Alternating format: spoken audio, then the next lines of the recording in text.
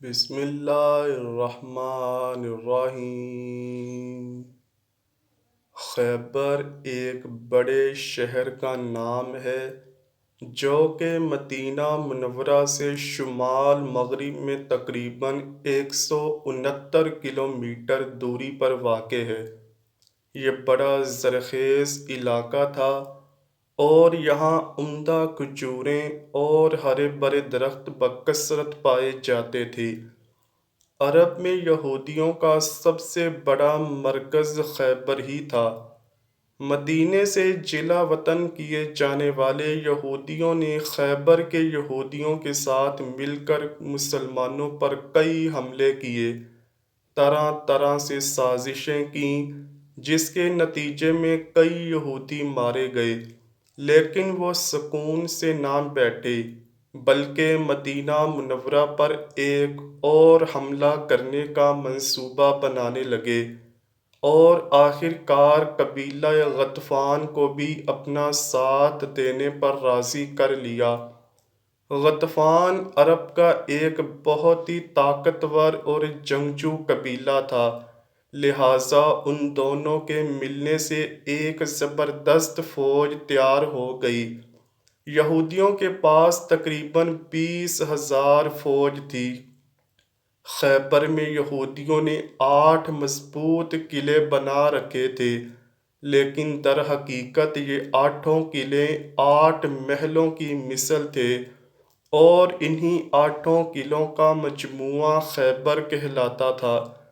جب حضور اکرم صلی اللہ علیہ وآلہ وسلم کو خبر ملی کہ خیبر کے یہودی قبیلہ غطفان کو ساتھ لے کر مدینہ منورہ پر حملہ کرنے والے ہیں، تو ان کے اس حملے کو روکنے کے لیے آپ صلی اللہ علیہ وآلہ وسلم 1600 صحابہ کرام کا لشکر لے کر خیبر روانہ ہوئے۔ مدینہ منورہ پر حضرت صبا رضی اللہ تعالیٰ عنہ کو افسر مقرر فرمایا اور 3 جھنڈے تیار کیے۔ ایک جھنڈا حضرت حباب بن منظر رضی اللہ تعالیٰ عنہ کو دیا، ایک جھنڈے کا علمبردار حضرت سعد بن عبادہ رضی اللہ تعالیٰ عنہ کو بنایا اور خاص علم نبوی حضرت علی رضی اللہ تعالیٰ عنہ کے دست مبارک میں عنایت فرمایا۔ حضور اکرم صلی اللہ علیہ وآلہ وسلم رات کے وقت حدود خیبر میں اپنی فوج کے ساتھ داخل ہو گئے اور نماز فجر کے بعد شہر میں داخل ہوئے تو یہودیوں نے دیکھ کر شور مچانا شروع کر دیا اور چلا چلا کر کہنے لگے، اللہ کی قسم مسلمانوں کا لشکر آ گیا ہے اور محمد صلی اللہ علیہ وآلہ وسلم بھی ساتھ ہیں۔ یہودیوں نے اپنی عورتوں اور بچوں کو ایک محفوظ قلعے میں پہنچا دیا اور راشن کا بڑا ذخیرہ قلعہ نائم میں جمع کر دیا اور فوجوں کو نزادہ اور قموز کے قلعوں میں اکٹھا کر دیا۔ ان میں سب سے زیادہ مضبوط اور محفوظ قلعہ قموز تھا اور مرہب یہودی جو عرب کے پہلوانوں میں 1000 سوار کے برابر مانا جاتا تھا، اسی قلعے کا رئیس تھا۔ سلام بن مشکم یہودی بیمار ہونے کے باوجود قلعہ نزادہ میں فوجیں لے کر ڈٹا ہوا تھا۔ اب یہودیوں کے پاس تقریباً 20,000 فوج تھی جو مختلف قلعوں کی حفاظت کے لیے مورچہ بندی کیے ہوئے تھی۔ سب سے پہلے قلعہ نائم پر معرکہ آرائی اور جم کر لڑائی ہوئی۔ حضرت محمود بن مسلمہ رضی اللہ تعالیٰ عنہ نے بڑی بہادری اور جان نثاری کے ساتھ جنگ کی، مگر سخت گرمی اور لو کے تھپیڑوں کی وجہ سے ان پر پیاس کا غلبہ ہو گیا اور وہ قلعہ نائم کی دیواروں کے نیچے سو گئے۔ کنانہ یہودی نے ان کو دیکھ لیا اور چھت سے ایک بہت بڑا پتھر ان کے اوپر گرا دیا، جس سے ان کا سر کچل گیا اور وہ شہید ہو گئے۔ اس قلعے کے فتح کرنے میں 50 مسلمان زخمی ہوئے اور قلعہ فتح ہو گیا۔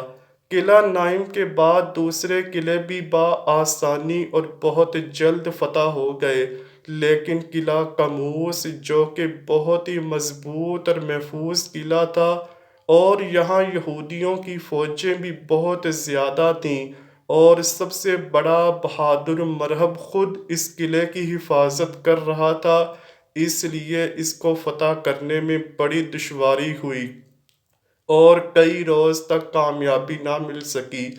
پہلے روز حضرت ابو بکر صدیق رضی اللہ تعالی عنہ کی کمان میں اسلامی فوجیوں کو چڑھائی کے لیے بھیجا گیا۔ دوسرے دن حضرت عمر فاروق رضی اللہ تعالی عنہ نے زبردست حملہ کیا، لیکن قلعہ فتح نہ ہو سکا۔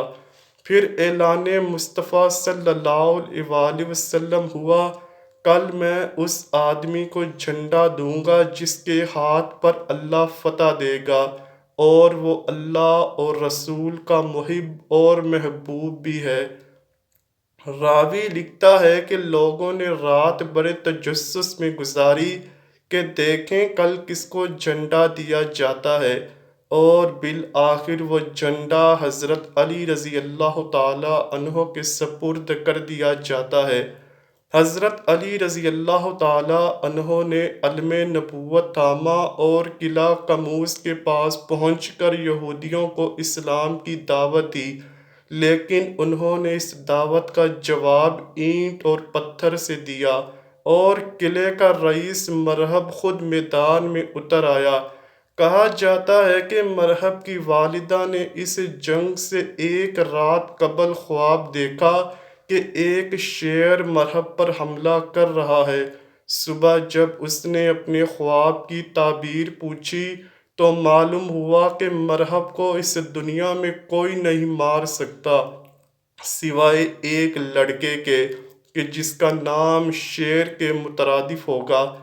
خیر لڑائی شروع ہوئی تو مرہب بڑے غرور کے ساتھ بولا، خیبر مجھ کو جانتا ہے کہ میں مرہب ہوں، ہتھیاروں سے لیس ہوں، تجربہ کار ہوں، میرے اندر لڑائی کی آگ بھڑک رہی ہے۔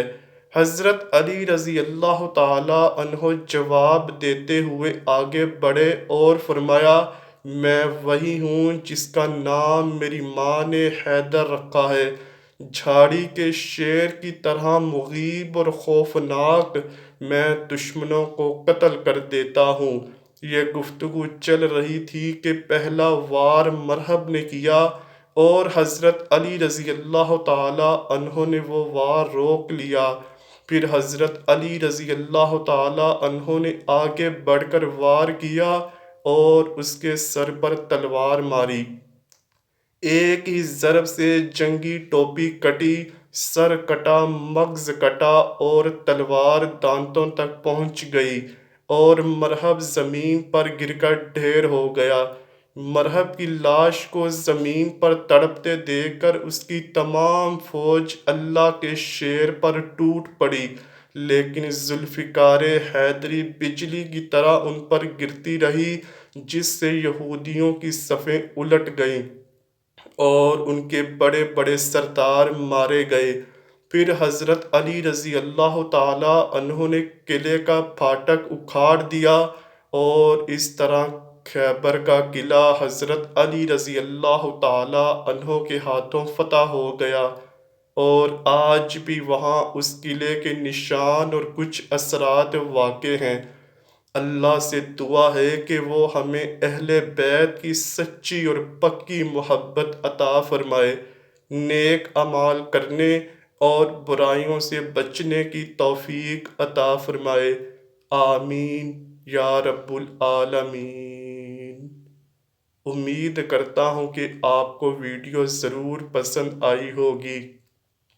اگر ویڈیو پسند آئی ہے تو ویڈیو کو لائک کیجیے، شیئر کیجیے، اور چینل کو لازمی سبسکرائب کیجیے۔